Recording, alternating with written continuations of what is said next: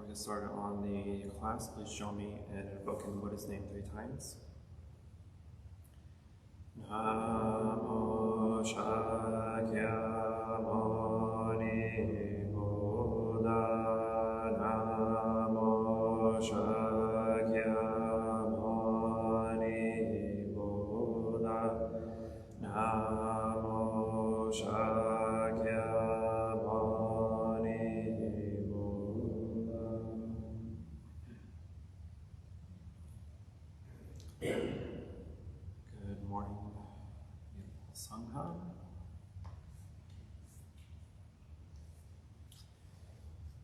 So we are on the final 2 exercises of the first part of the Satipatthana Sutra, the 4 foundations of mindfulness.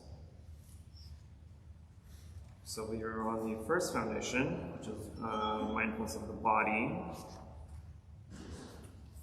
And we've already covered exercises 1 through 7 in the last 3 classes. So we will do exercises 8 and 9, and that will complete the first foundation.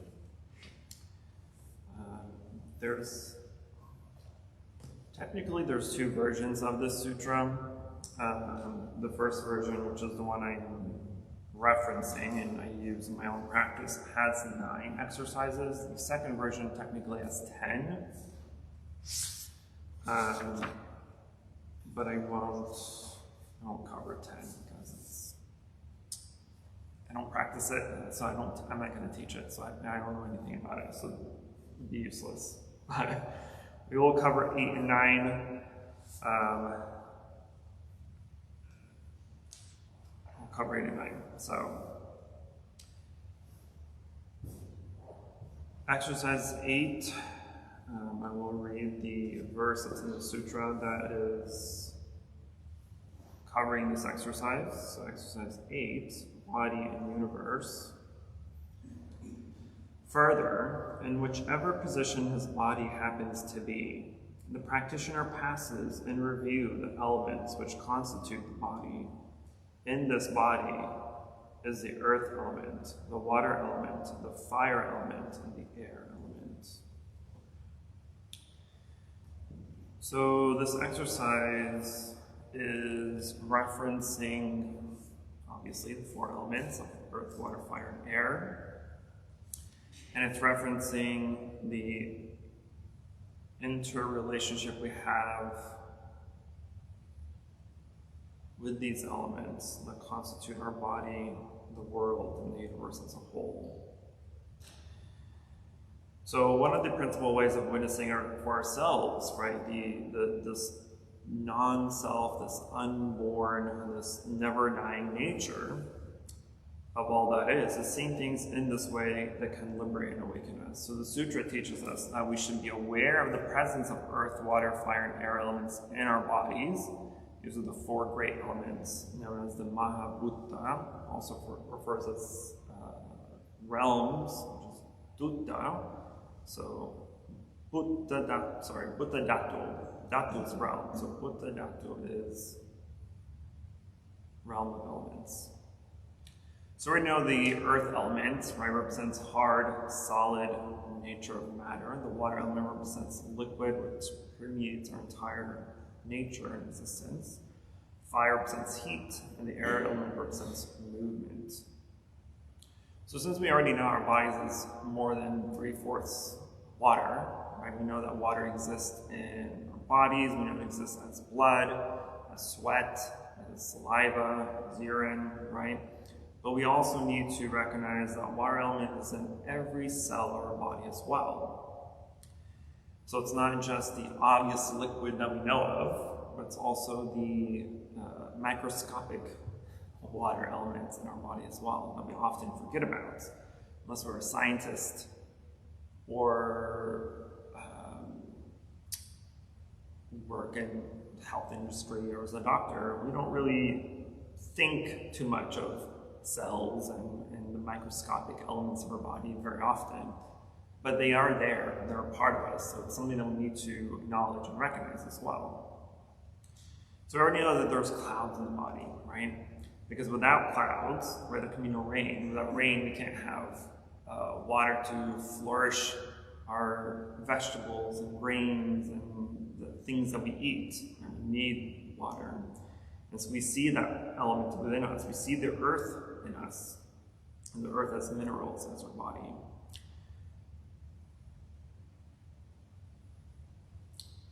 And then we also see air, because air represents movement. And without air, as we know, we can't survive, since every living species on Earth kind of needs air. Right? Stop breathing and see if you survive. I highly doubt you won't. But don't try it. I already know that doesn't work. So to observe our body in all these exercises, but especially in this exercise, it's important to see the interrelated nature of all of those elements within ourselves, in ourselves, and in our environment, and in our universe. We see that life is not just present in our body, but transcending this kind of erroneous view that we are just our body. So if you ask yourself, who am I? Right? Well, I'm this body. I'm this tall, skinny person with no hair, glasses, because you can't see, and blind, right? I dislike this or that, or I like this or that, right? That's typically what we think of ourselves. That's a wrong view. What is wrong view? Ignorance. There we go. We also have to think of the sun as a kind of second heart, right? A heart that which lies outside of our bodies, right? Because that is just as essential as the heart that lives within our own bodies. And so when the heart inside the body ceases to function, right, we know very well that we're going to die. Likewise, if the heart that's outside of our body, the sun, also ceases to exist, then we know for sure we're also going to die. Right? So there's no separation between us and the elements outside of us. So when we're able to observe fully the interdependent nature of our bodies, we see our bodies outside, we can see our lives outside of our bodies, and we can transcend the boundary between self and non-self. This is the practice of mindful observation. This practice of mindful observation helps us kind of go beyond some of these concepts of life or birth and death. Right? You can see the interconnectedness between ourselves, the elements, the environment, this world, and the universe as a whole. So in this exercise, since we only have 2 exercises today, the second exercise is going to be difficult, and I will probably not recommend most of us, to do it. So I'm going to explain a little bit more how we can practice the 8th exercise instead. So in our meditation in a bit, the way we want to practice this 8th exercise of body and universe is to, again, recognize the elements that comprise the body, right? All the constituents that comprise our body, that make up life, right? The 4 elements. See how you can relate those elements within the body. What within your body represents earth, fire, water, and air. Then take that observation outside of the body. What observations outside of the body also represent earth, water, fire, and air? Then take that a little bit beyond that, right? Now that you know that your body and the earth, the environment around you, both can interrelate as having the same elements, right? There's no difference between you and anything outside of yourself. Then start to link together the interconnectedness of life, the interconnectedness of all things, right? Because all things in life have cause and effect, right? Every cause has an effect, and every effect has a cause, meaning that nothing just kind of exists all on its own. Nothing just came into existence, pooped into air, and said, "Hey, here's a bell." It just came out of nowhere. Well, we already know that doesn't work that way, right? right? And so the bell came from something.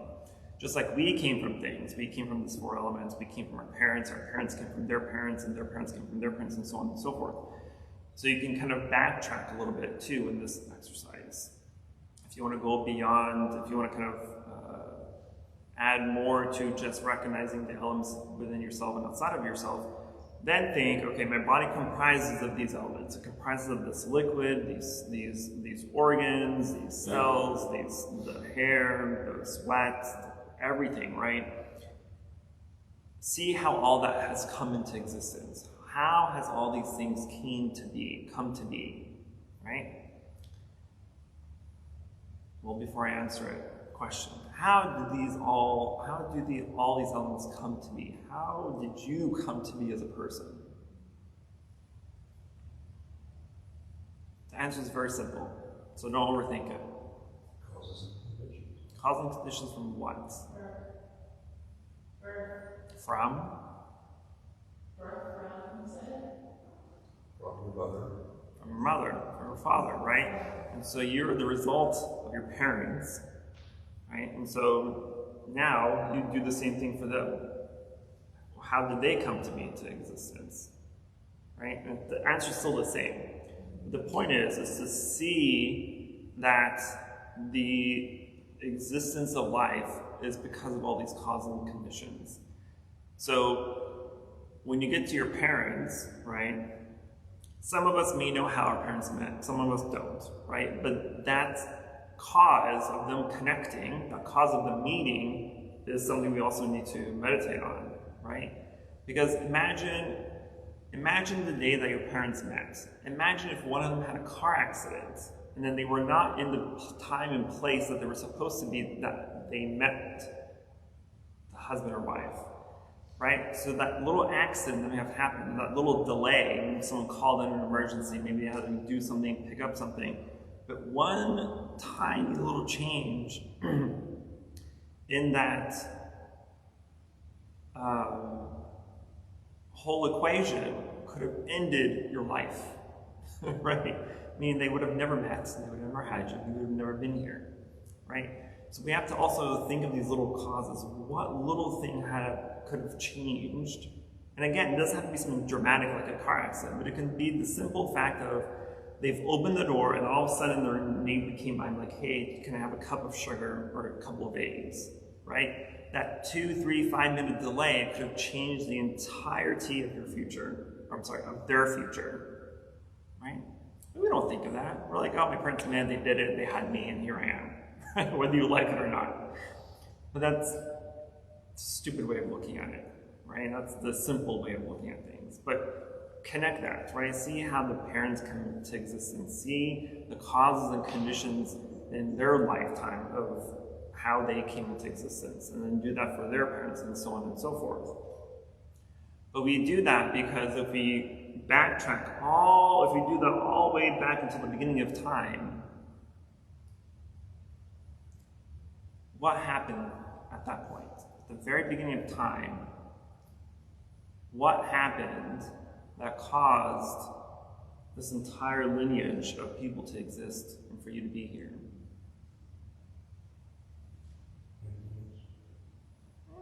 Not breaking out of the cycle of samsara.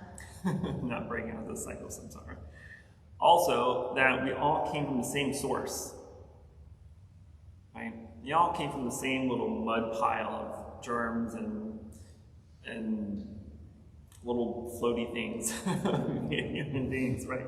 We all came from the dirty, acidic pile of something that created humanity. Backtrack even further, how did that little pile of whatever slush of soup that created us, how did that come to existence?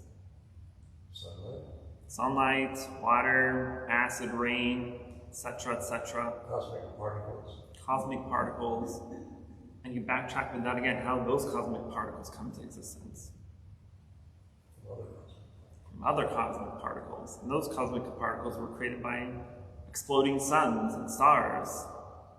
Right? And so you backtrack and backtrack and backtrack.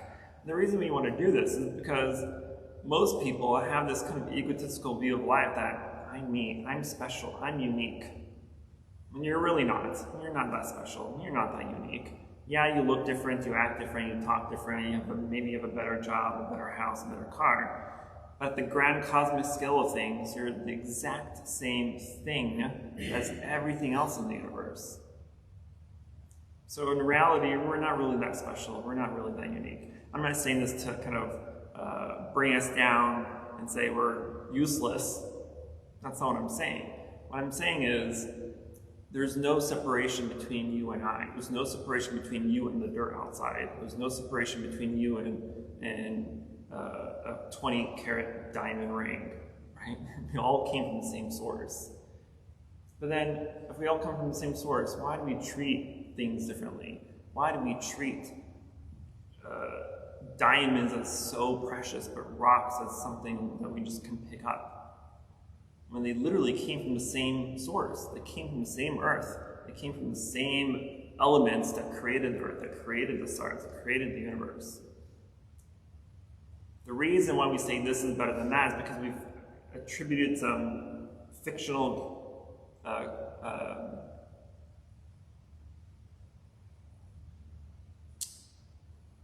value to diamonds versus rocks, right?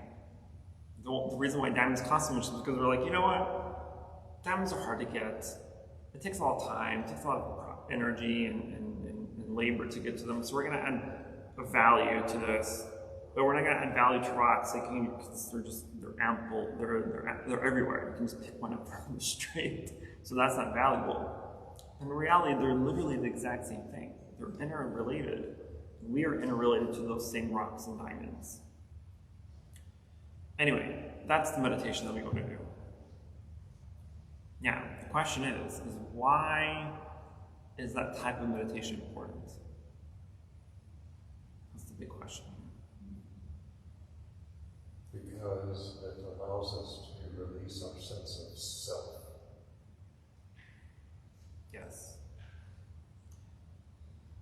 Once we get to the 9th exercise here, well, not the 9th exercise, but once I kind of cover the summary of all these 9 exercises, I'll talk about a little bit about self, non-self, impermanence, and the interdependent origination. So impermanence, selflessness, and interdependence. These are the foundations of Buddhist practice. But yes, we do this practice, we do this exercise to recognize the non-self nature of ourselves. Yes?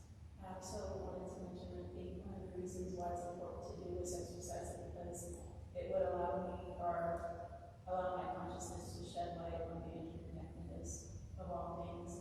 And also thinking that if one element be removed from my being, that I would cease to exist. Exactly. And also to see the gratitude within the elements, because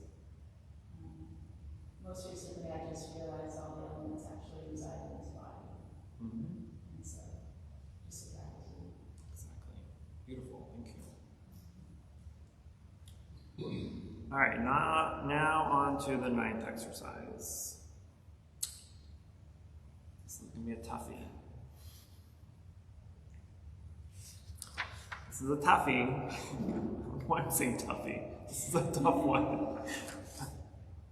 Talking to I'm talking to children, and I would never talk to children because I'm a big fan of children.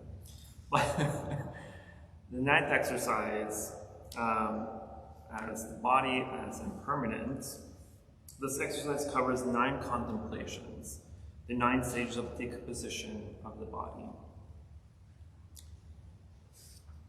which is also known as meditation on death or meditation on a corpse. I'm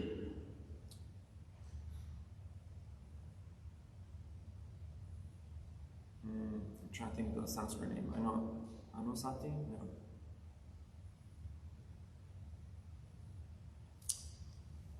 It bewilders me right now. But anyway, I'm going to recite the 9 contemplations of the 9 stages of decomposition of the body, or of the corpse, sorry.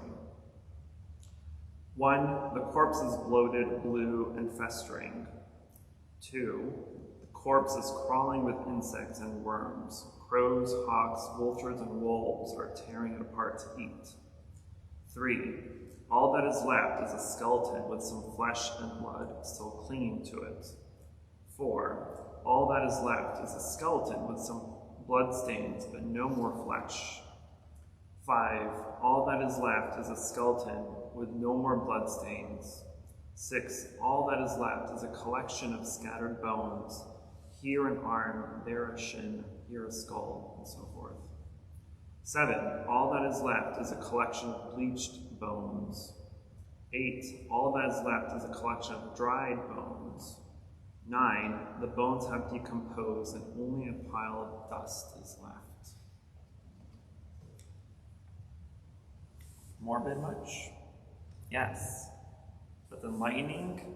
Much? Very much so. So this exercise specifically helps us see the impermanent and decomposing nature of the body, right? So the object of our meditation in this exercise is of the 9 stages of decomposition of a corpse or of the body. So at first we may see this as a very unpleasant exercise or meditation. And we don't want to meditate on these decomposing bodies or our own decomposing body. But the effect of this practice can be pretty profound. It can be pretty great. This exercise or this meditation on death or meditation on the corpse is a fundamental meditation practice for, especially for monastics, but for all practitioners as well. Because it can bring a sense of kind of liberation to us. It can bring us some peace and joy in the sense that because we're in a world of beings that fear death, that when death occurs, it's the end of the world for some people, right? They're cursing out, they're yelling out, they're hurting themselves, hurting other people, they're doing this, doing that. They're doing so much more additional suffering beyond the suffering of someone dying, right, which is extremely unnecessary. And so when we meditate on the death, when we meditate on death, when we meditate on these 9 contemplations, it helps us understand the inevitable process of dying, right? But it's something that we cannot escape, but yet we all fear it. We all try to push it away, right? And we do things, which is okay to do, right? But we do things like diet and exercise and doing supplements and all these other things to extend our life, which is totally fine. But if we're doing it because we're trying to escape death, well then that's just stupidity. That's sheer ignorance, right? We cannot escape it. But if we're able to understand death and accept death and see death for what it is, which is simply just a process of life ending and another one beginning, then it becomes a little bit more comfortable to accept death when death happens. So in former times, back in the day, right, when practitioners were actually able to sit in cemeteries and observe these corpses in various stages of decomposition, right, they're able to see these stages in person. They're able to see all these different 9 stages, right, back in the Buddhist time up to even recently, right, within the last, at least in India, right, it was only in the last few hundred years that they stopped leaving corpses outside to decompose. But nowadays, since we don't have that luxury of seeing dead bodies decompose, we at least have these stages to visualize. So we can at least visualize these stages of decomposition. And we may, if you don't have a creative mind to see these different stages, there are various illustrations in several meditation books of they're drawings, they're not real pictures, but they're drawings at these different stages, right? So that helps you visualize them. We can do that as well. The point is we can still visualize these stages that's described in the sutra. But we also have to be aware of our own selves too, because this exercise should not be practiced by those that have mental issues. If you're not mentally sound or in a good mental and physical health, it should not be practiced. And it should only be practiced by those who have, and it should not be practiced by those who have not mastered desire and aversion either.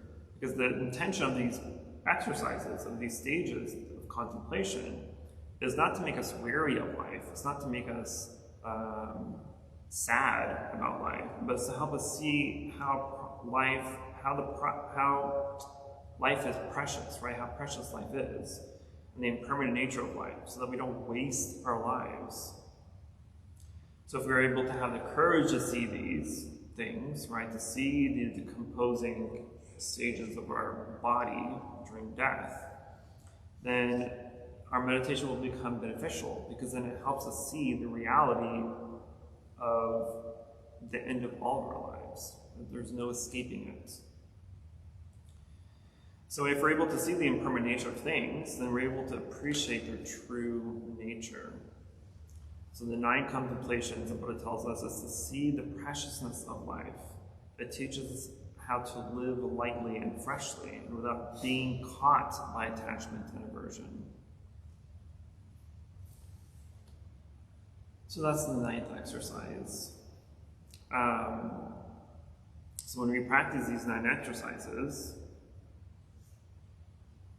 that's offered by Buddha for observing the body in the body, we concentrate either on the breath, the body, the positions of the body, the actions of the body, the different parts of the body, the elements that form the body, or the composition of the body. As we observe the body in this way, we are in direct contact with it, and we're able to see it, or see the process of coming to be and ceasing to be in the constituents that comprise the body. So also, as we go through these exercises, if we go through them in this order, right, because that's ultimately the goal of all the exercises in this sutra and in the Anapanasati Sutra, the sutra on mindfulness and breathing, that has 16 exercises. These exercises are meant to go through them in that sequential order, right? Not are meant to go in that order if you're doing a pretty,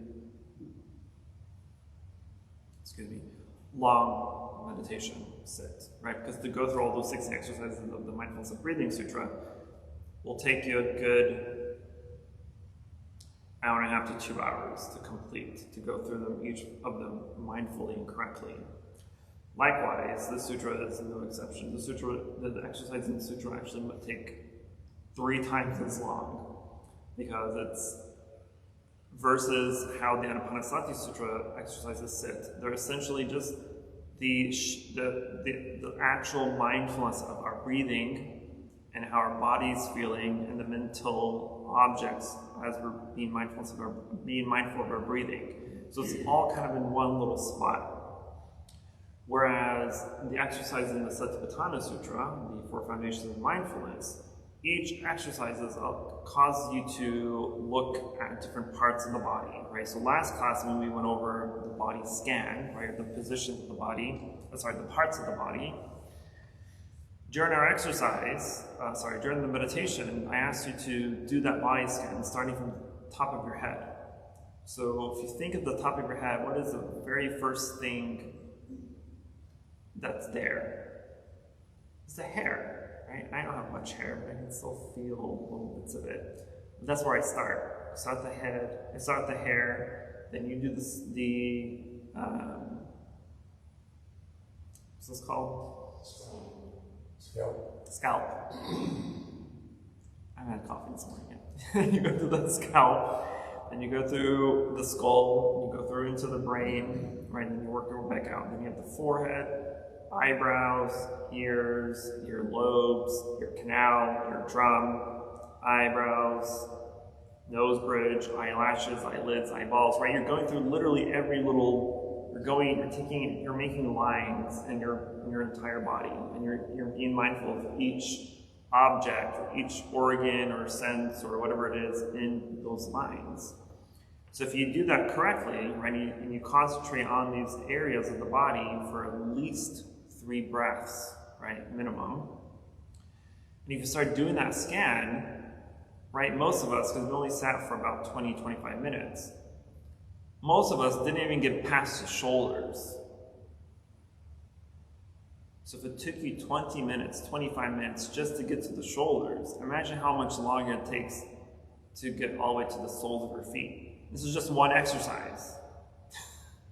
So it would take you at least an hour or so to do the full body scan. And I love this exercise for many reasons. For one, it gives you an internal alarm clock. So let's say you want to sit for only 30 minutes. You'll know exactly where in the body to stop, right? If it takes you 30 minutes to get to the chest, if you're doing a correct body scan, you know that's 30 minutes worth. If you want to do another 30 minutes, then you go down to your hips or however, where else it takes you. The other beautiful thing about this exercise is that it's unlike most other exercises where it's on the breath, for instance, or the movement of the breath or the sensation of the breath, where the focus is just on one thing, we have to apply some serious effort and focus in order to stay concentrated on one object, which is our breath, right? Or the movement of the breath or the sensation of the breath, whatever it is you're using as an object of meditation. This is, to master that, it takes a lot of dedication, takes a lot of effort, right? To master our breathing takes a lot of discipline. Because otherwise, if you're not fully aware, not fully mindful of your object of meditation, you have a lot of room for distractions to arise. You have a lot of room for feelings and sensations and all that to come and distract you, take you away from your object of meditation. However, when we're doing the body scan, because you're being mindful of specific parts of the body for a short amount of time, right? 3 breaths at least, and you're constantly moving and shifting in each area of the body, this exercise allows movement to happen, right? Because now you're doing multiple things. You're doing one thing, but you're doing multiple things. You have less room for distractions to arise, right? Because you're doing a lot of things instead of just focusing on one thing. Because when you focus on one thing, like, for instance, just right now, let's do a little quick exercise. Close your eyes and then just focus on your breath. Simply feel the sensation of air entering and exiting your nostrils. Do that for a few seconds.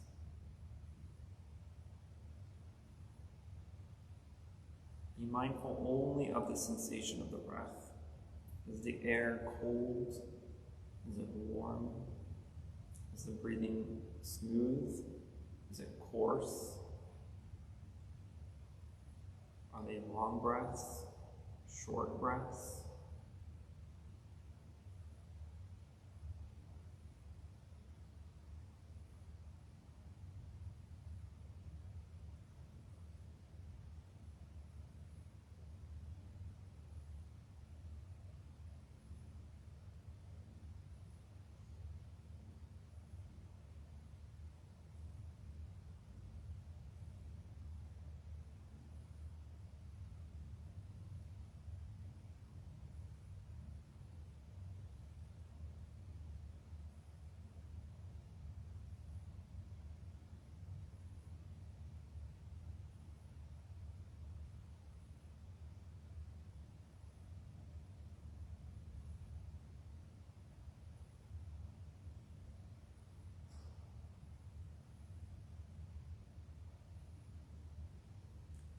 Now shift your attention to the top of your head. Bring attention and awareness to the hair. Try to feel each hair strand on your head. Try to visualize, try to sense the hair that exists on your head.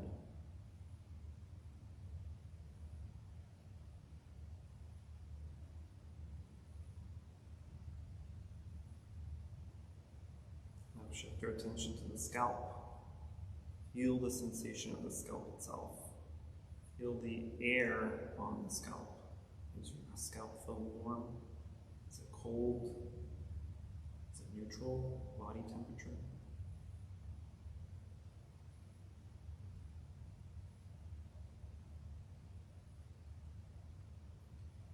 Then shift your attention to your skull. Sense your skull inside of yourself. See the skull as a whole. Try to feel the bones shifting or moving as you breathe, or adjust or shift.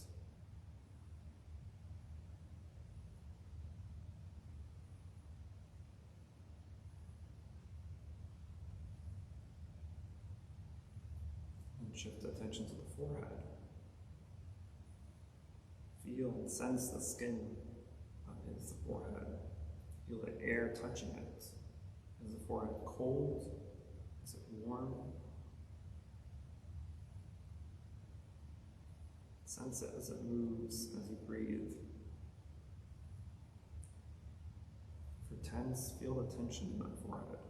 Feel the skin adjust and shift.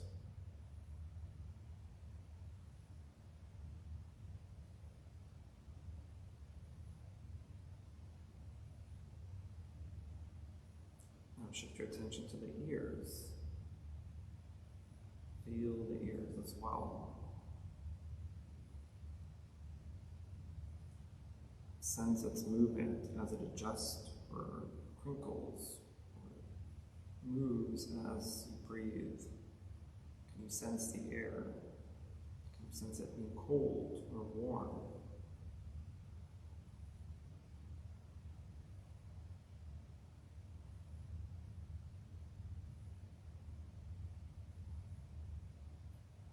Now shift further down to the earlobes.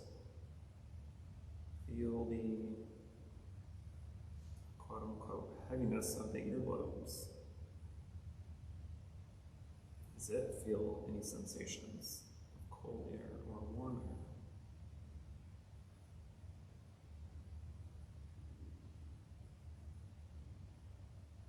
Shift that attention now to the ear canal, into the eardrum.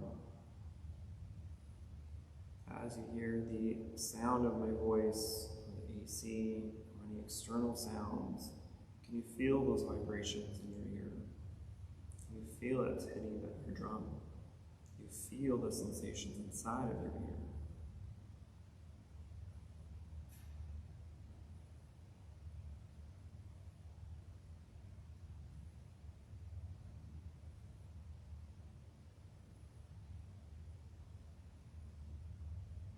Deep breath and open your eyes.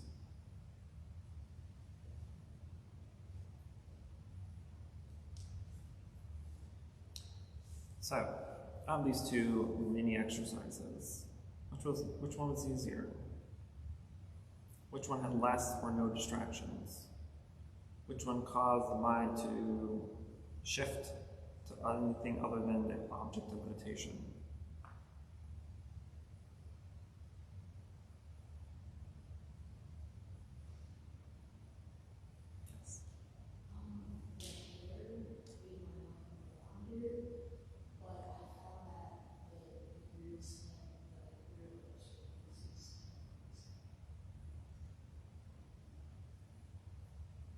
Yeah, I have trouble with hair too, obviously. But we also can't physically really feel our hair unless we're pulling on the hair. But of these two exercises, of either being mindful of the breath or mindful of the body parts, typically the mindfulness of the body parts is much easier to do because you have less distraction to arise. Because if you're just being mindful of your breathing, right, and you're just focusing on just the sensation of air entering or exiting the nostrils, there's a lot of room for distractions to arise, a lot of room for thoughts to arise. It's not as easily contained as being mindful of body parts. I have no idea what that had to do with decomposing of the body, but anyway.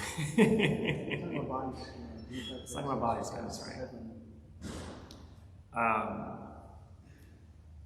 Oh yeah, so we're talking about the exercises and going through the exercises. So anyway, so going through all these exercises, you'll see a kind of a significant difference or a shift in our minds.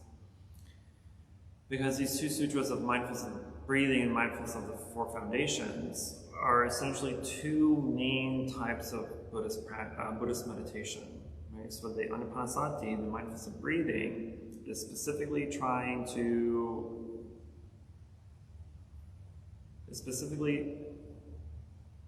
the attempt is trying to master concentration, right? Samadhi.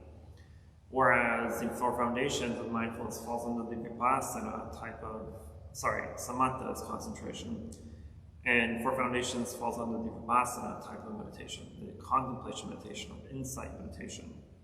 As far as one is specifically trying to allow us to master concentration, this is helping us to master contemplation. And both are necessary for our meditation practice. However, trying to practice contemplation before you have a slight mastery of concentration is going to be very difficult, right? Because we need to be able to concentrate well enough to be able to do any of these contemplations. Because even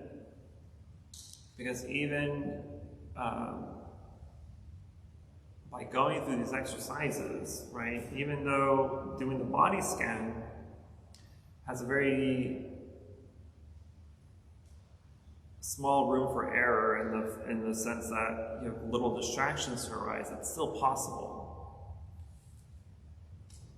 But that's just one exercise out of the 9, right? So all the other exercises still have room for distractions to arise, still has room for things to come and take you away from the object of meditation. And that happens because our mastery of concentration isn't strong enough yet, right? If the mastery of concentration is strong enough, or at least you're adept to it to a degree where distractions and thoughts that arise are little, very little, or wispy, they're kind of in the background, they're easily assuaged or thrown or pushed to the side, then you can kind of do this. I'm not saying that you can't do these exercises without concentration first, right? You can, but you'll notice there's a difference in how well you're able to practice them, depending on your mastery of concentration practices. Okay, anyway, so we should remember that the breathing, the positions of the body, and the movements of the body, and the parts of the body, all belong to the body and are the parts of the body, So be in touch with these aspects and to be able to see the process of birth and death and the non-self and interdependent nature of the body is the meaning of mindfulness, mindful observation of the body. So that is essentially the result of this foundation of the mindfulness of the body. So therefore the teachings of impermanence, selflessness, and the interdependent origination, the 3 basic observations of Buddhism, are realized directly through the practice of these 9 exercises for mindfully observing the body. And these 9 exercises can liberate us and can awaken us to see the way things are, to see the true reality of nature, to see the true reality of things beyond the delusions and the illusions that we see of the world. So the Dhammacakka Sutra, that's the Buddha's first discourse, right? The discourse on training the will Dharma. The Buddha taught that to be attached to existence is no worse than to be attached to non-existence. And in the Chakayana Nogata Sutra, the Buddha also taught that reality is not to be found in terms of existence nor non-existence. So his meaning in both of these sutras are pretty clear. That suffering is not brought about by life, by the 5 skandhas, the 5 aggregates, or the selfless and interdependent nature of all that is, but the cause of our sufferings are ignorance, as Liam mentioned earlier, right? Because we're not able to see the true nature of life as impermanent, as selfless and interdependent, then we become attached to these things, believing that they are permanent. And the attachment to these things is what's causing the suffering. Not that these things exist, right? They're going to exist whether you like it or not, right? But them existing is not the cause of your suffering. The cause of our suffering is the attachment to these things. And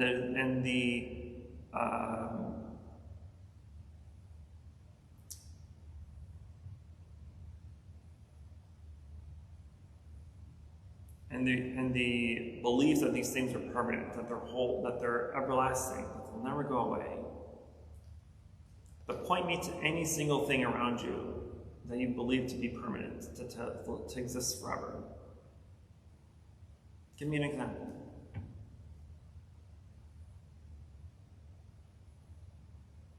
You can't. So then what does that tell you? There is no such thing as permanence. Nothing's permanent.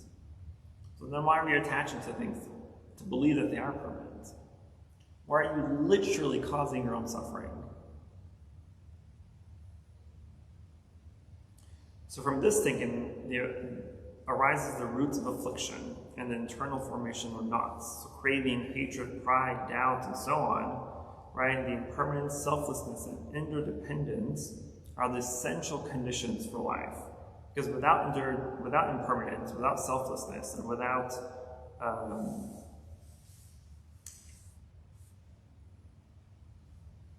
interdependence, life cannot exist. And we already know that without impermanence in and of itself, we can't, without impermanence, how can a peach seed turn into a peach tree?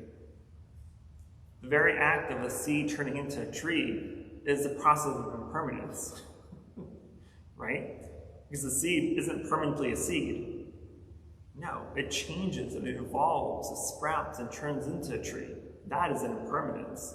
But do we recognize that as impermanence? You probably don't. You don't look at a beautiful tree and say, this is impermanent. This is the process of impermanence. We don't think that way. But we need to, right? So the fact that it's because of impermanent selflessness and interdependence that things come into existence, that they mature, decay, and cease to be. So birth, decay, and ceasing to be are necessary steps for lives, for the lives of all species. For everything that exists, this is the process of the life, right? Birth, decay, and ceasing to be. So presenting impermanence, selflessness, and interdependence. I don't know why that word's such a tongue twister for me. Interdependence. If we present these things as problematic, right, then we senselessly make life unacceptable. So we need to do the opposite of that. We need to actually praise them as essential elements to life. Because only when we're able to recognize these things, these attributes, as they are, then we can read my own handwriting. Only when we're not able to recognize these attributes as they are, do we get caught in the knots of attachment and suffering. Because we don't understand correctly, because we become attached to things, and that we're caught by them. In this sutra, it states there's the terms aggregate, skandha, and the term aggregate of clinging, upadana skandha, that are used often in the sutra. So skandhas are the 5 elements that give rise to life, right? And the upadana skandhas are the 5 elements as objects of attachment. So the root of suffering isn't the skandhas, the aggregates, but it's the attachment that binds us, that causes us suffering. And there are people who, because of their incorrect views, or an incorrect understanding of attachment, think that they have to deal with their sense organs and the aggregates. And so they fear form, sound, smell, taste, and object of mind. And they become averse to the body, feelings,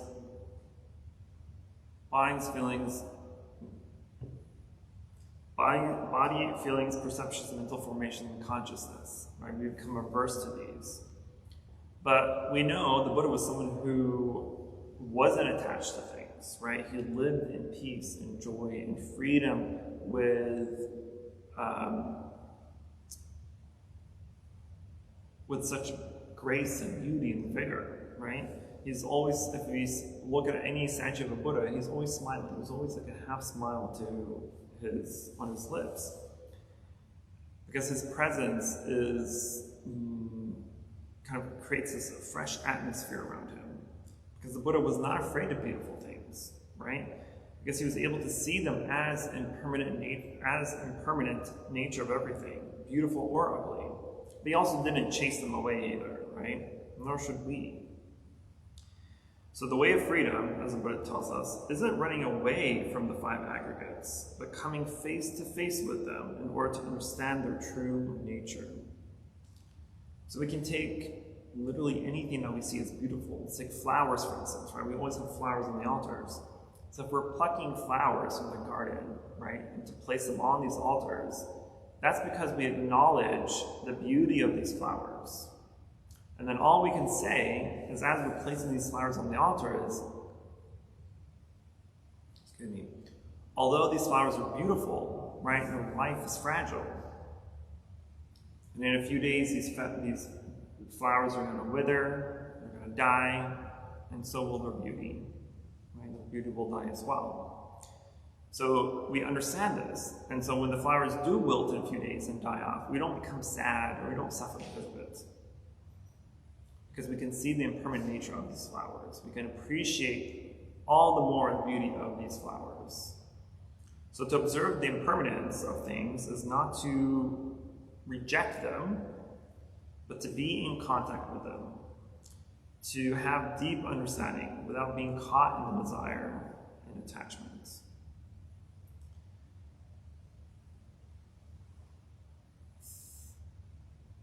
Using the example of flowers again. If you go to like the botanical gardens, for instance, right? If you've been to the botanical gardens, you know just how amazing this place is, right? With these plethora of plants and flora and everything, right? We see them as beautiful. We see them like, oh, I've never seen this type of flower, this kind of tree, you know, this looks cool, this looks nice, looks pretty, it smells good, whatever. We see the beauty of them. And we're like, oh, okay, yeah, whatever. Maybe some of us do, right? But then we don't really appreciate them that much. But then when someone comes and gives you like a bouquet of flowers, like, oh, they're so beautiful, they smell so good, I'm gonna take care of them, I'm gonna put them in a vase, I'm gonna put them in water, I'm gonna take such good care of them, right? Our attitude changes, does it not? Why are we appreciating the flowers now that they're dead? Because the moment you cut them, they die, they're dying, they're in the process of dying. So why are we appreciating these flowers too late?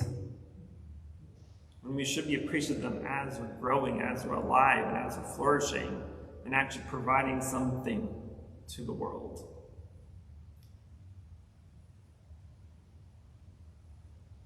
It's the same thing with anything else, honestly. It's especially relevant to our lives.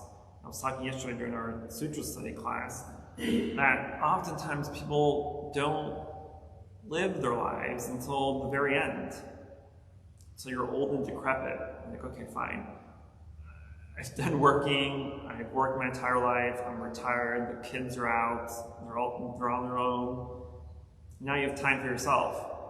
But now the time for yourself, you really don't have much time at all.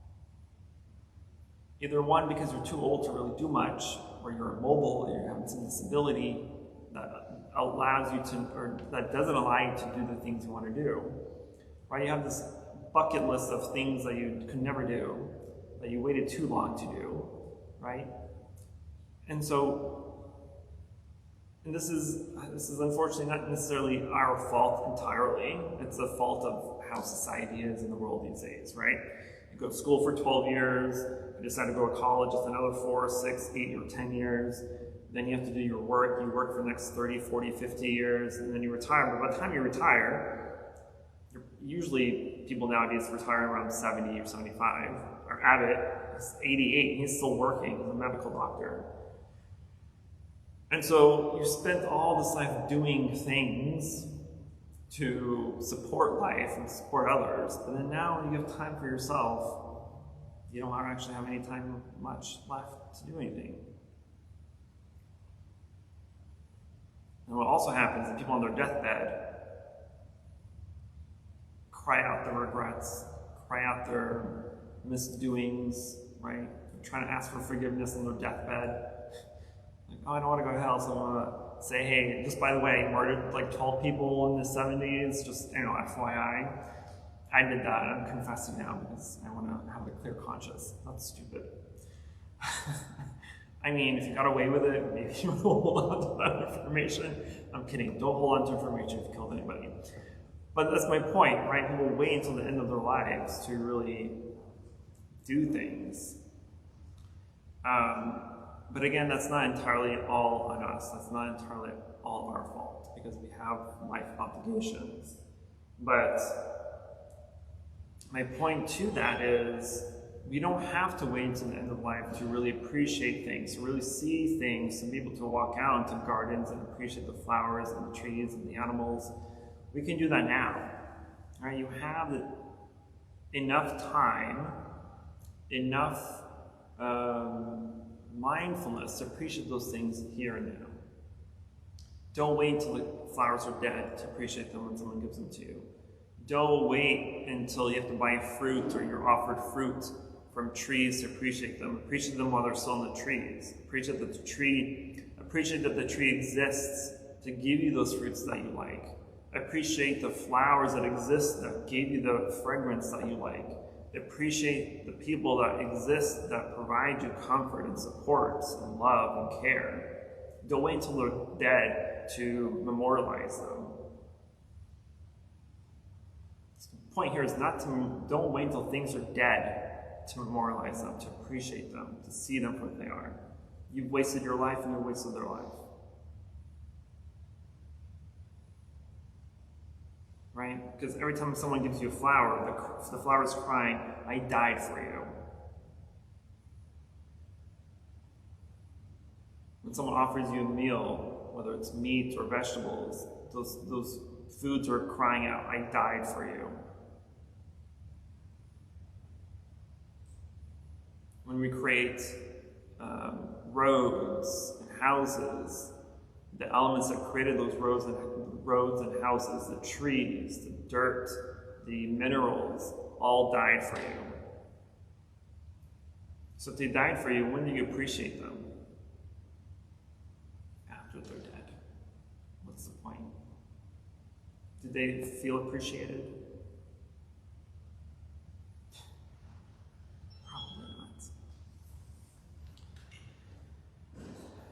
So freedom in Buddhism is the freedom that comes about by being awake and understanding of the impermanent nature of things. So a practitioner doesn't need to struggle with desire, because the two basic meditation sutras, the sutra on the foundations of mindfulness and the sutra on the mindfulness of breathing, Sati and Anapanasati, both shed light on this principle. So in the Satipatthana Sutra, for foundations, it says, when his mind is desiring something, the practitioner is aware my mind is desiring. And in the Anapanasati Sutra it says, breathing in, I am aware of the functions of my mind. So in identifying the mind with desire and observing the nature of the mind and the nature of the objects of desire, we'll see the impermanence, selfless, and interdependent nature of it. And will no longer be dominated by that kind of state of mind. we also have to kind of shed some light on what desire actually is, right? We have to have some definition of what desire is. Because if you had nothing to eat for 3 days, right, and we feel like eating, is that desire? Yes. It is a desire. But then, again, we have to define what desire is. So so the nature of desire for the indispensable elements of life, a desire that we need, is that a desire we need to destroy? Do we need to destroy the desire to want to eat after 3 days? Probably not, right? So to eat when hungry, to drink when thirsty, is that to go against the path of emancipation? If it is, then Buddhism would be a path of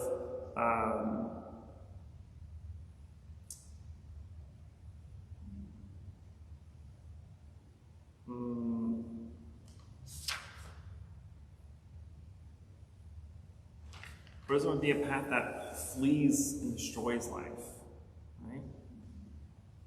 Otherwise, that goes against the path of liberation. So we know very well that to eat and to drink enough are necessary to nourish our bodies and keep us healthy and strong. But we also know that eating and drinking excessively can destroy ourselves, our bodies. So we can say that to eat and drink so that the body is strong and healthy is to walk on the path of emancipation. While to eat and drink in a way that causes our bodies and others to suffer, to go against the way of liberation. So in the first case, desire is there, desire is present. In the second case, there is no desire. There's attachment. I'm sorry? In the second case, there's attachment. Correct. Not just desire. Correct. There's a very famous Zen saying, our abbot teacher has said it several times. When you're hungry, eat. When you're thirsty, drink. When you're tired, go to sleep. It's a very famous Zen saying. But then, hold on, let me give you another example first before I go on this tangent. So to know how to appreciate a beautiful sunset, right, or sunrise, is not desire if we remain established in the observation, free and not caught up in any worldly consideration. That's from the Satipatthana Sutra. So if we're able to see impermanence, selflessness, and interdependence, then we become awake. Right? Those are the 3 foundations, those are the 3 Dharma seals. Likewise, if we want to swim in a cool lake, if you want to drink a glass of clear, fresh water, or to taste a sweet apple, right? To know and appreciate the coolness, the freshness, and the sweetness of these things is not desire if we're not attached to these things.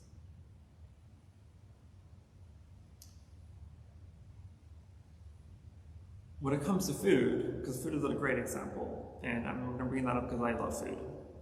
Not all food, but I love food.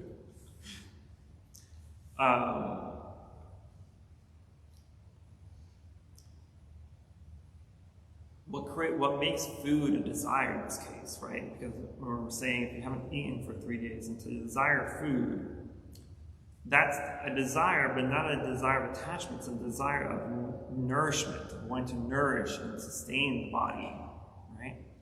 So if your mind in that case is saying, yes, I do desire to eat, but I simply just want something to nourish myself. So eating rice or oatmeal or porridge or something that will provide you sustenance is necessary, then that's all you need. But if your desire is to have some Japanese Wagyu steak with some fried potatoes, with sauteed vegetables, I think that sounds really good, and soup on the side, then that's a desire. That's the attachment. You have an attachment to these things that... Because you're inventing it out of whole cloth. Right. These are not necessary. Yes, they will sustain your life, but they're not necessary to keep you alive. These were nice to haves, not need to haves. Yes. I was just thinking about when the Buddha was on his path to awakening, that he had become, I believe it's called an ascetic, to where he ate, I believe, 1 grain of rice per day, and he became all just skin and bones and sinew, and he thought maybe that was the way. Right. And then later on, he realized the middle way, right in the middle. Yes, the body needs to eat, but to negate the desire for, say, for example, in this world right now, like flavors, Right. taste, just to satisfy that certain part of our body. I think it's good to feed ourselves. It's nourishing us for the path of awakening, but it comes from like a gluttonous ego or part of us that needs to be looked at. Right. And that's exactly what the Buddha came to the realization, right? He knew, because he grew up in a life of luxury where he had every single desire fulfilled, every type of flavor and taste and ingredient and food and fruit that he had ever wanted always provided to him. But he knew that wasn't the way of liberation. And then when he became an ascetic and practically died several times, because again, like Michelle said, the story goes, I don't know how true that is, the story goes that he only ate 1 grain of rice a day, and he only drank whatever water would fall into his mouth, whether it was from sweat or rain. Right? That's the only thing that he ate and drank. And he knew after 6 years that that was not the way to escape suffering either.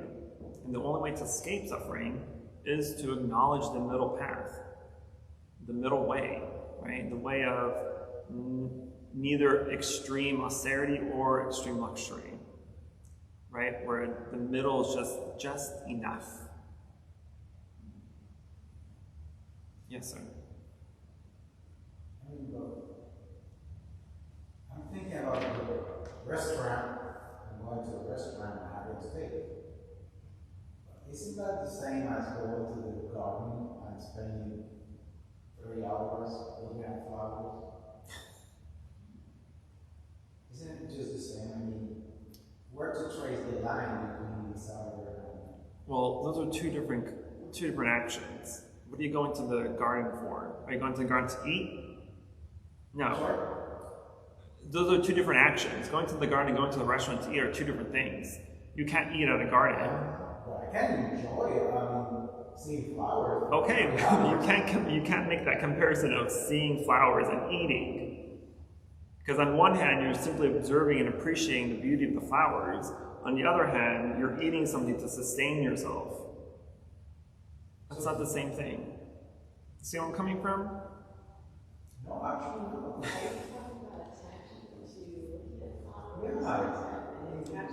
Kind of looking at the difference between just appreciating something or being attached to it. Because I can be attached to food, but I can also be attached to plants. I mean, I can go see flowers for 3 hours straight, easy. It wouldn't hurt me as much as eating steak for 3 hours, but I mean, isn't that attachment to it? It can be attachment. It does, but if I spend 3 hours, I mean, if I spend 3 hours in the garden and I'm not paying attention to my kids, for example, I mean, So are you going to for a steak? Or are you steak? I'm not, but that's the question. I mean, what am I doing? I mean, for example, if you see the life of the Buddha reached enlightenment, but he abandoned his kids. I mean, where to trace the line? Well, don't have kids, first of all. Didn't he have a kid? He did have a kid, but he knew having a kid wasn't enough to sustain his happiness. But anyway, that's beside the point. I get what you're saying, but I still don't agree. No, I don't have a point here. I'm just asking where to trace the line. Because if I want to appreciate, in the same way I appreciate 3 hours at the garden, I want to have a really good steak. Isn't that the same as appreciating nature? I mean, I don't agree with that.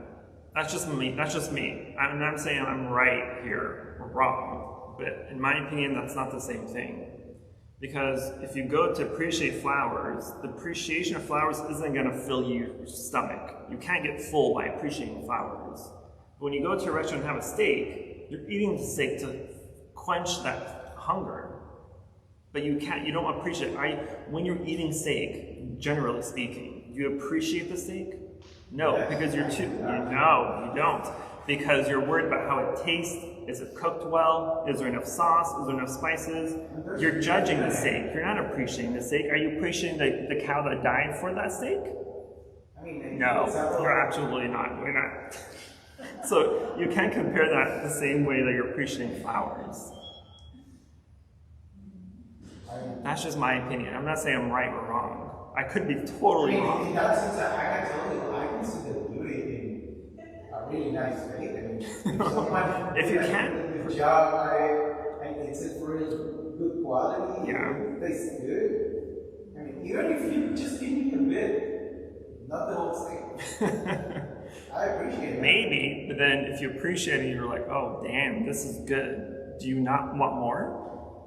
And that can happen. Personally, that can happen to me with the flowers. And I can spend 3 hours with my flowers.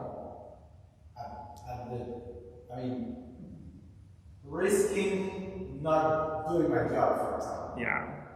See what I mean? I see what you're, I totally get it. I understand you. I absolutely understand you. And where do I trace the line? I mean, how do I know I'm going? I can't tell you how to know. Because I don't know what your attachments are like. I don't know what your desires are like.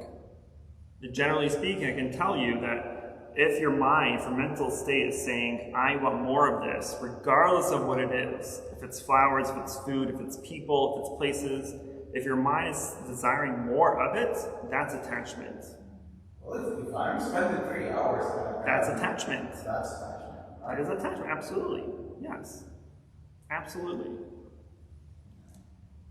In my case, you can put your hand out. I'm going to come to you. I don't want you straining your arm.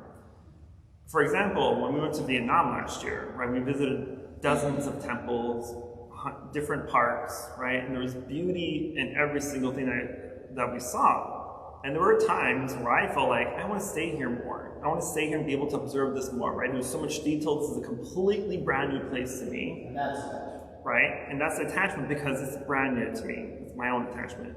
But then when we're with the teacher and the nun, and they're our party that we're with, they're all just walking through. I'm like, can you slow down so I can appreciate this? Right? But to them, they don't have the same mentality as I do. They've lived there, they've seen this, they have no desire to learn. Whereas I want to learn, I want to observe, I want to see how this 300-foot statue is created. Right? I want to see, is it in pieces? Did they put it together in pieces? Did they just build it from ground up? I want to appreciate the beauty. And there was one temple that we went to where you can actually, there was one temple that had a tower, like a very tall tower. It was like, I don't know, a few hundred, maybe 1,000 feet high, I don't know. But inside of that tower was an equally tall statue of Amitabha Buddha. I have pictures I can show you. This statue was the most beautiful thing I have ever seen in my entire life. The statue was literally hundreds of feet tall. What was this about? I'm getting there. And so my desire at that point, I recognized I had a desire of how beautiful the statue was. Right, because you can climb the stairs all the way to the top. And I know, looking back, that when I got to the point of where the statue's head stopped, that's the point where I stood there the longest. So I was just appreciating the statue, this face that's literally the size of this building. It was that big, was it not? It was huge. I mean, maybe not the size of this building, but it was huge. This giant face just staring at me. I'm staring back. I'm like, are you real? Like, is this real? Is this a dream? But then the mind clicks and said, okay, well, this is an attachment. This is a desire to want to see more. This is a desire to want to stay longer. One more steak. I don't want steak, but yes, I get you, right? But the line is the switch between observation and desire, or appreciation and desire. Because when a steak comes out to you, you can appreciate it. I was like, oh, this looks good. The chef did a very good job. You cut into it and it's cooked exactly the way you want it. That's an appreciation. Attachment hasn't come in yet. Desire has not come in yet. The moment you cut into it, take that first bite, you're like, oh my God, this is so good. If you ate more of it, you're fulfilling your desires. You're fulfilling your attachment to the steak. Automatically. What to do at the temple when you're staring at the statue? Should you stop? No, you can appreciate that. You can appreciate that and bring the sense of impermanence in, because you know that the second you move your gaze away, the statue's gone. It's there, but it's gone from your mental view. So to know that the statue will not exist forever is the beauty of appreciation. To know that the steak that you brought to eat won't last forever is the beauty of the appreciation. But to constantly want it over and over again, to constantly want the statue to be here forever, is what causes us to be attached to them. It's not the desire itself. Because again, you can have desire for good steak. Don't get me wrong. Have all the steak you want. But if you go about it with constantly wanting the steak, and for it to always be there, to never go away, to always be the exact same every single time, because it never will, that's your problem. Okay, back to you. Okay, what was the question? Is it so bad to want the food that nourishes you to taste good? Yeah. No. Yeah. Absolutely not. If you have an attachment to it, you're like, oh my God, I don't have an ingredient to have, I'm panicking, I need to go get it. And that's a different story. Right? Because we at the monastery, we eat very simply. We eat a bowl of rice, a soup in one side. That's it. It's nothing extravagant. It's nothing with a bazillion ingredients in it sometimes. But it's just basic. That's all you need to survive. And there are specific times of the year where we go into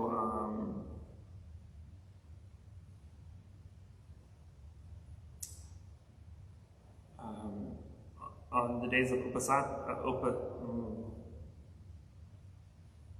forgot the Pali word, but there's days of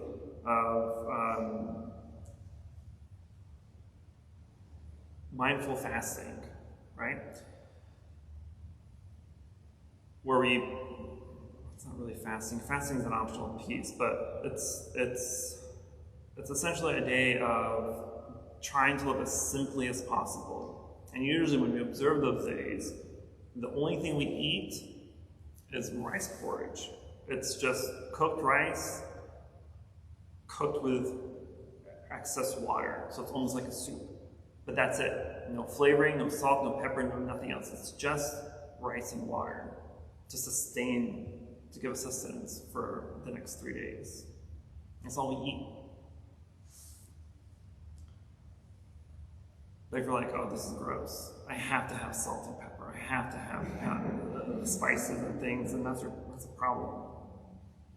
I had an interesting experience. I had a bowl of oatmeal, and I took the first bite, oh, it needs some salt. And then I thought, well, I'm not supposed to be eating a lot of salt.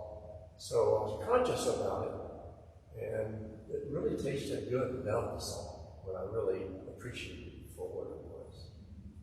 I had this idea that, oh, that's not going to be tasty without the salt. Exactly. And I proved myself. I'm going to throw Quang under the bus here for a second. Because in the monastery, we alternate each week duties around the temple, like cooking, cleaning, stuff like that. And so, I guess it was this week, a couple days ago when he was trying to cook, he made a dish that he was trying to, he had some sauce in it that he was trying to thicken. It was too watery. So instead of doing what I would do to thicken things, put cornstarch in it. He was adding more type of spice to try to thicken it. So instead of thickening the sauce, he's making this dish even more flavorful to the point that it became almost unedible. The sauce itself, not the food. The food was good, but the sauce itself, like if you tried to like sip it, it was salty as heck. It was indigestible, right? And so we have to be mindful of those type of things too, right? Oh, I need more flavor to this, I need to thicken this up. Sometimes when we try to do something, we make the dish worse than what it usually is because we're trying to change something and not know how to do it. But now he knows to use cornstarch if he wants to thicken sauces and not add more. I don't know what it was here. It was a mushroom.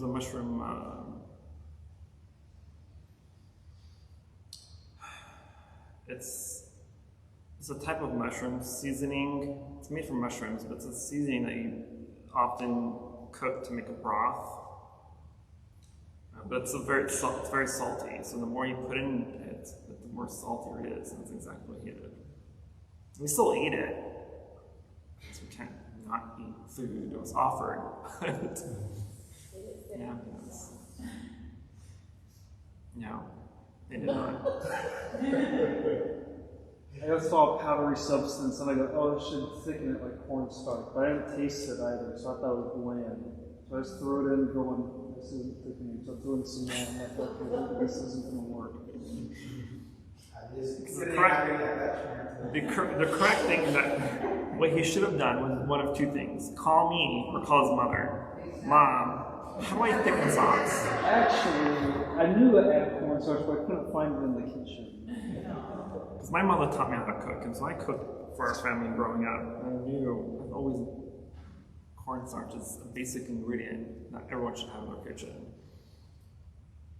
So it's like you could have alleviated your own suffering by asking questions. So now he knows. Now we all know, in case you didn't know about the cornstarch. Use cornstarch to thicken. Or, meditation practice. I'm sorry? I said, what did you learn in the meditation? I know, right? How to cook. I learned how to cook. I learned not to have too much steak and to appreciate flowers before they die. That's what we learned today. Okay, I'm going to stop because I'm talking too much. Any other questions, concerns, emotional outburst? Yes, ma'am. When doing these exercises, you talk about what it allows you to do, like exercise day allows you to release your sense of self. When you're supposed to exercise to do it this way, is that supposed to naturally arise? Do you ever contemplate yourself, or through, for example, the body movement exercise day? Does it come on its own, like whatever? You mean like the outcome? It naturally arises when you're doing your meditation, right? Mm-hmm. Do these ideas, the contemplation part, does it come up on its own when you're contemplating the body? The ideas that you presented in Buddhism. Impermanence, etc. So Am I supposed to, at some point, say, is the sense of self gone, like, or does it come on its own? Well, I'll give you a cheat code. If you have to ask yourself, is my sense of self gone? Then it's not gone. Okay, forget that. Forget that. Well, I'm not answering your question, but I get. The ideas come on its own. Is it kind of begin without you having to do anything? Yes and no.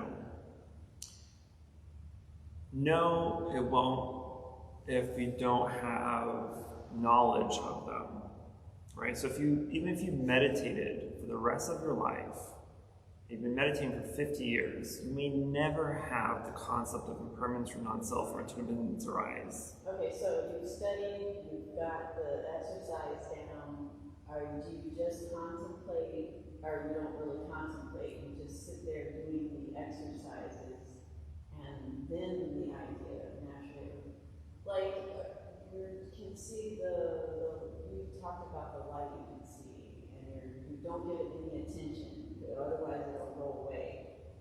same for realizing these ideas, that you just focus on the body and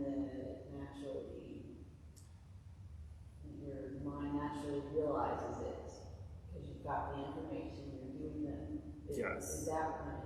Yes. Is she asking about having insight, which is spontaneous knowledge or awareness that doesn't come from a thought? It just arises. Right. So the exercises themselves is the contemplation. Okay. So when you're doing, say, exercise 9, contemplating on the body, impermanence of the body, that is your contemplation. The realization of impermanence, non-self, and interdependence is the result of that contemplation. Those will naturally arise. Like you have to acknowledge that the body is impermanent and there's no self to it and it's interdependent of other things. The realization of that will naturally occur, right? You will naturally see or realize that yes, this body is impermanent, has no self, and it's interdependent of all things. And so sometimes I feel like I'm struggling to meditate or to see these ideas, and so now instead of struggling, I just need to sit and be at peace and let the thoughts go. Because otherwise, if you're trying to force yourself to understand them or to see them, they're not going to come, right? Your mind's like a child, right? You have to treat it like a child, or treat it like a little puppy, right? You have to give it some incentive to listen to, right? Other than spanking it and hoping it'll change. So maybe they do, maybe they don't. But spanking is forcing, right? Versus if you just give it some little pieces of something as incentive, like, hey, body is dying. What are we going to do about it? And the body will naturally go through these exercises and see exactly why the body is impermanent. And then the realization of, yes, the body's impermanent. Like, I cannot explain to you in words how that realization feels like. It's something that's 100% experiential. For my experience, I can't describe my own experience to you. You know what I mean? But when the true penetration, the true realization of that impermanence occurs, you will know.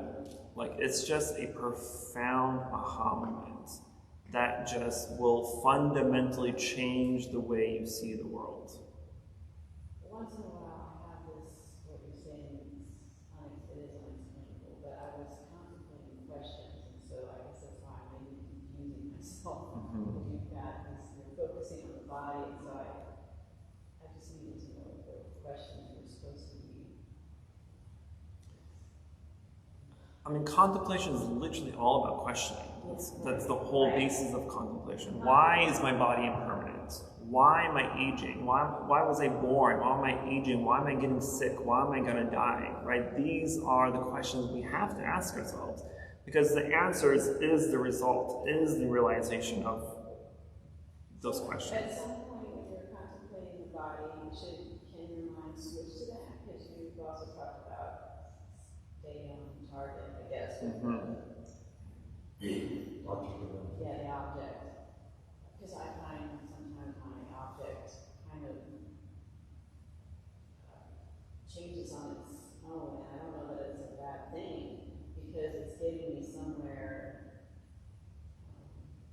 that I need to, something I probably need to think of anyhow, but it sounded like you maybe should try not to do that, but if it's giving me answers, I don't know, like. Well, we know the mind is an extremely powerful tool, and it's just a tool. And it's just a tool, and we don't, and even now, even with science and all technology, we still do not fully understand the mind and how it works, right? And so when the mind is observing an object of meditation, it switches to something else. It could just be subconsciously your mind knows where it needs to go to get the answers that you need. Because the mind knows you more than you know yourself. The mind is not you. You are not the mind, but the mind is separate from you. And the mind itself has its own little mini categories of ego and selflessness and etc. stuff, right? But the way to know if that switch is good or bad is if the switch is beneficial or not. Is the switch to whatever it is that it's switched to think about or ask or question to answer, is that beneficial to your practice? If it's beneficial, then it's a good switch. If it's not beneficial, then it's not a good switch. If it's switching to food, to a grocery list, to a to-do list, it's not a good switch. Sometimes I don't know why red was beneficial until that wasn't beneficial. And that's perfectly fine. Yeah, okay. That is perfectly fine, because the sheer awareness of you knowing that that wasn't beneficial is exactly what you're supposed to be doing. People get so hung up on when they meditate and they're like, oh, I'm constantly distracted and I can't focus on my object of meditation, but I know I'm distracted. I'm like, that's literally what you're supposed to do. The object of meditation isn't to not think, it's to know that you're thinking when you're thinking. That's it. So when people say, I can't clear my mind, who told you to clear your mind? I've never once in my life ever told someone to clear their mind. Sit down, clear your mind. I'm not one of those idiot gurus on the internet saying, clear your mind, don't think of anything. Dude, you don't even know what you're talking about. No. You sit down and you focus your object of meditation. That's it. That is your main focus. Whatever happens, let it happen, but be aware that it's happening. Know that it's happening. So when you're thinking, know that you're thinking. When you're desiring, know that you're desiring. When you're in discomfort, know that you're in discomfort. That is exactly the point of meditation. And eventually, the more you do that, because again, meditation is about programming the mind, or reprogramming the mind. And so it gets used to you acknowledging and being aware of distractions arising. And you see it. So the mind learns. The mind is essentially machine learning, right? I don't know how much we know about AI, but machine learning, the more information you feed it about how it's supposed to do, the more it knows what to do. Likewise, our mind's the same thing. The more you tell it what to do and how you want it to do, the more it gets used to doing in that way. So eventually, the more you practice to acknowledge and know that you're thinking when you're thinking, and to acknowledge that I am thinking, and just go back to object meditation, the more you do that, eventually the mind will catch on, and less distractions and thoughts will arise. And then eventually you may have a clear mind. And at that point you can say, yes, I can sit down with a clear mind. But until then, there's no such thing as sitting down with a clear mind. Because even when we did the little exercise earlier, and I told you to sit down and concentrate on your breath, the air coming in and out, did you not have at least one distraction? Did you not have at least one other thought than the breath arise? Yes. This question I have right now. But what makes that, even if you were focused on your breath and the thought arose, or the distraction arose, as long as you've acknowledged it and you were aware of it, that is 100% successful meditation. But if you didn't become aware of it until I told you to switch your attention to your scalp, well then you kind of failed. But that's okay. It's okay. It's totally okay to fail. Because it's only by failure that we know how to do things. Do you think the first person that built a house built it perfectly the very first time? Absolutely not. It took trial and error. They had to learn exactly where to put pillars, where to put support beams, where to do this and how to do that. It took trial and error for things to come to existence. Even our life as humans was trial and error.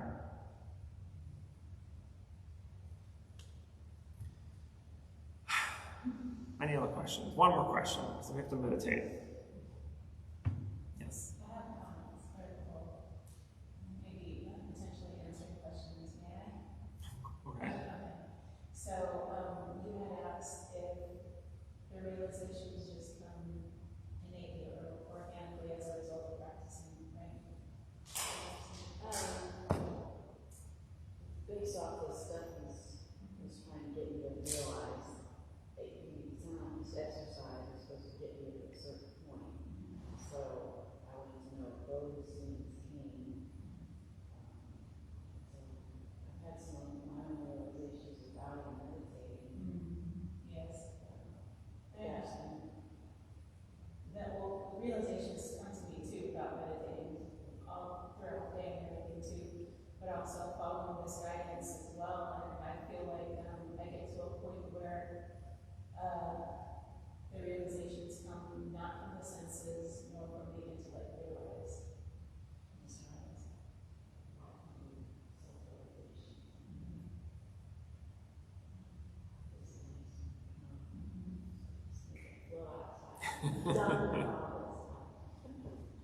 Right there with you.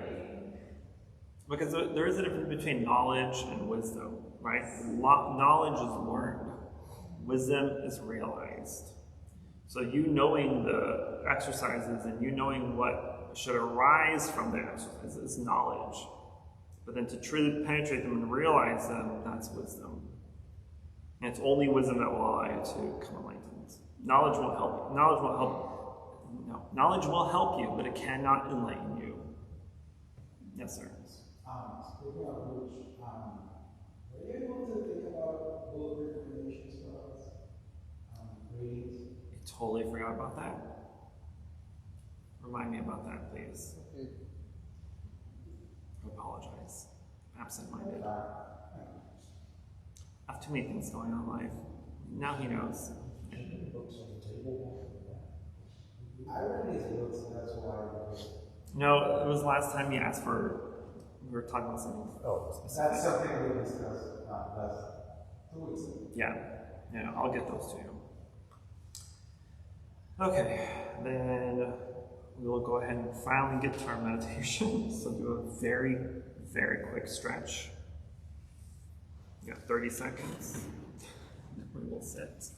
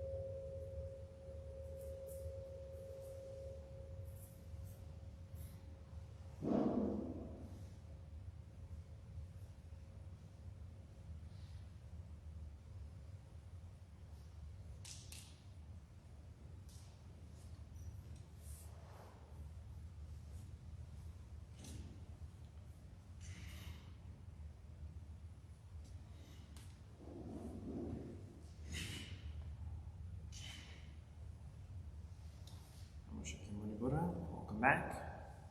Are we all enlightened?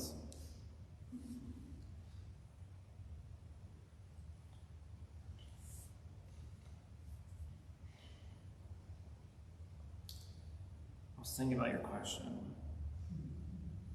That was my object of meditation. Question about the natural recognition of these objects. And it reminded me of my own story. Some of you have heard my own story several times, but the penetration, the full realization of impermanence is the very reason I became a monk. Like, that is the reason I became a monk. And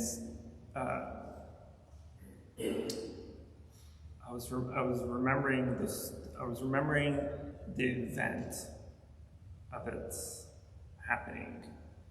This was a few years after I had already taken several retreats and tamed some jhanas. I was in that retreat in Thailand. So this is several years later. But I remember I was at home. I was in my office, because that's where I had my little shrine area. And the doors to my office were double doors, but it was glass, right? So it was see-through. And every time I'm in there, I usually close my doors, because then dogs don't come in and try to like sit on me. I remember sitting in meditation, and I was in the process of getting to the zone. Right before I cut off all my senses, one of my dogs, my larger dog, is a German Shepherd, German short-haired pointer dog. It's very big, very energetic, and had attachment issues. Wink, wink. And would often just ignore the fact that doors are closed, right? It's like, no, the door just doesn't exist, right? So he tries to bite at the door, shut the door, scratch the door. But anyway, usually I have them outside when I'm meditating or practicing, so they don't intrude too much. But I didn't leave them outside because the weekend before, these little demons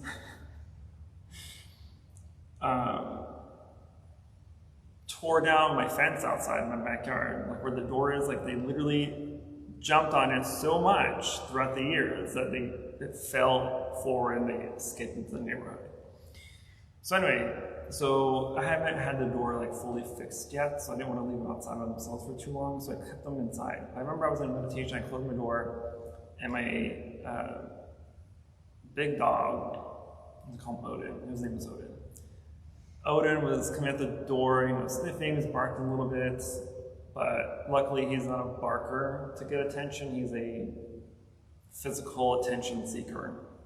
So anyway, he's jumping in the window, he's jumping in the door, and he breaks the glass. And so I'm sitting in meditation, the glass breaks, I acknowledge it, I don't react. I'm just like, there's no point to reacting, right? It's still gonna be there whether I continue to meditate or not. So I just let it go. But luckily it scared him enough that he just kind of ran and just sat there until I finished and yelled at him. But it was at that moment, that breakage of the glass, that the instant of impermanence clicked.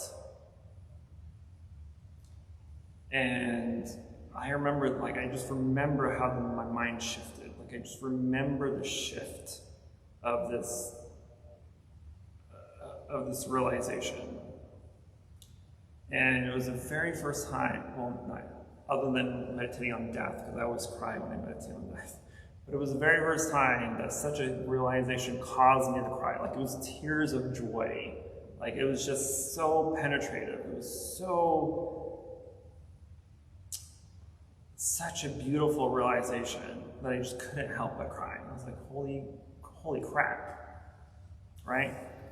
And I was like, that was it. It was at the very, because I knew even years prior that I always wanted to become a monk, but I just didn't feel like my karma was ripe enough for it to happen.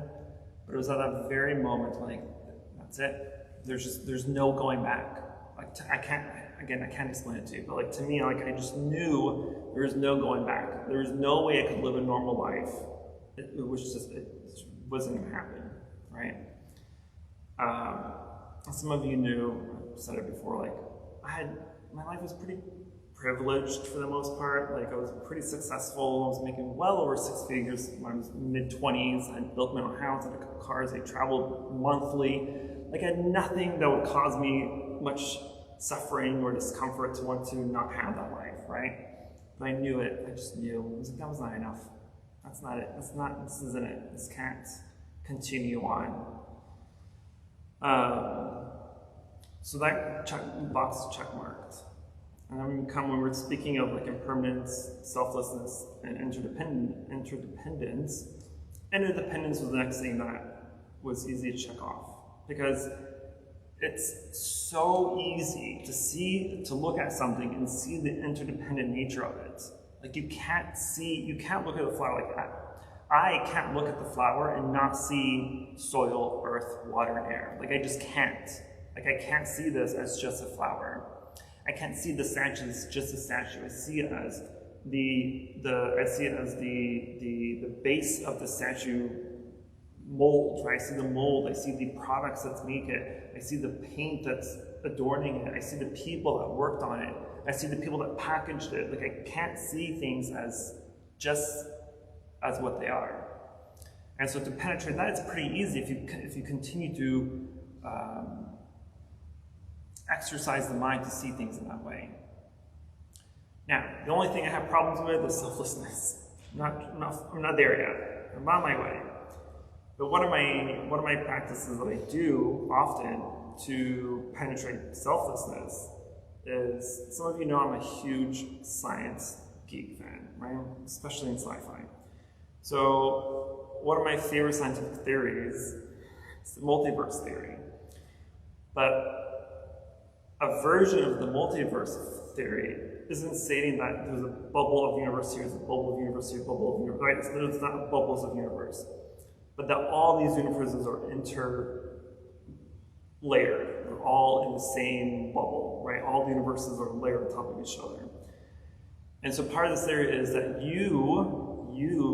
this experience that you're having right now is everything and everyone that had ever existed and to ever exist ever. So you are you and me, you are just a past life of me experiencing the same experience. I'm you, you're me, we're just experiencing different lives. So in last life, I was Quang. Life before that, I was his mother. Life before that could be Michelle. But because these multi-universes are interlayered, we experience them all at the same time. But you are the same individual, you are the same plant, you're the same person, you're the same ant, you're the same photon, you're the same paint that you see around you. And I use that theory because in selflessness, in the teaching of selflessness, that's essentially the bottom line. Is that there's no separate self of me and this body and this life and my experiences. There's no difference between me and this bowl or this table or to you or these flowers. There's no separation. So I use that as my method of meditation. So use some science. Use some cool theories. You're the one that there's only a single electron. There's only one electron. Only one electron? Yeah, because it can be in many places in the system. So I mean, it's really meaningless to say one. True. True. I'm really big into quantum theories right now. Entanglement, to be specific. Most of it.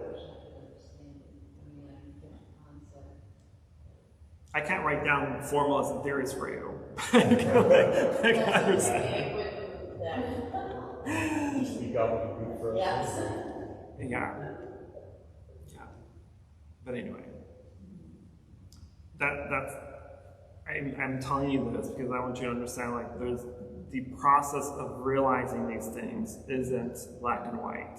Right? It's not this is exactly how it's done. It could be, like for me, that glass broke. That's it. To most people, it's like the biggest tragedy. I'm like, oh my God, I have to clean up this glass. I'm gonna step on it. My dog's gonna step on it. How do I afford a new one? Do I want to put a new one? Right? There's all these other things that most people will think of. But if you're able to connect that this breakage of glass is just an impermanent nature of glass, because glass is meant to break, right? Showing your glass, right? There you go. The glass is both broken and unbroken. Exactly. It's all Exactly. There you go. Exactly. Or Murphy's Law, right? Anything that can happen will happen. It's more to that, but that's a simplistic version.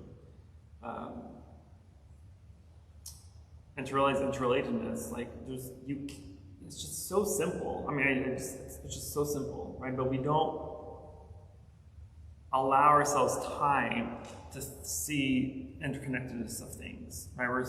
We're such busy animals in life. We're so habitually going from point A to point B without even realizing the in-between, right? We're simply ones and zeros. We're not quantum ones and zeros, because if we're quantum, then we're everything that's in between the ones and zeros, right?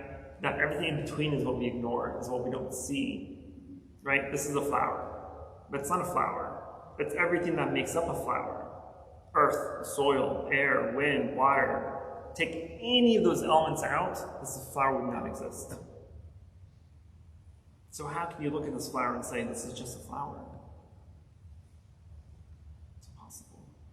So the practice is to constantly see things like that. So every time you have, if you have time, and we all have time, okay, don't pretend like you don't have time. I have to get to work, I have to go to school. Yeah, you can, but you can do something in the process of doing that. So make that time useful. And use that time to say, yes, this is a car, but it's not a car.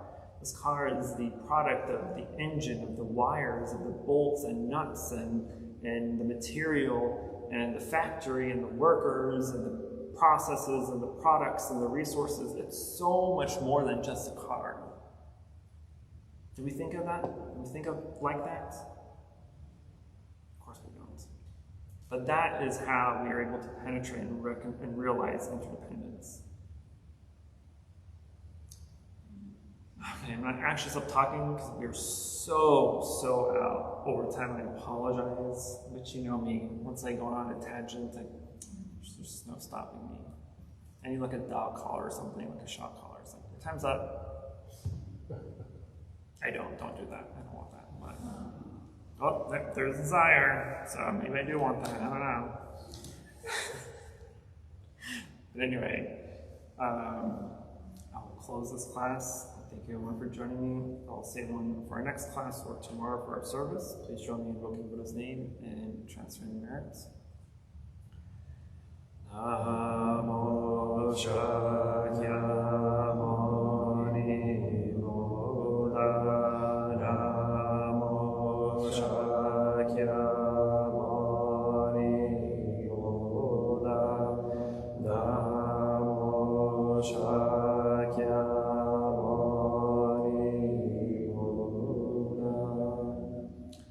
Positive karmic action we've accumulated here today, we wish to transfer the merit to all sentient beings and wish them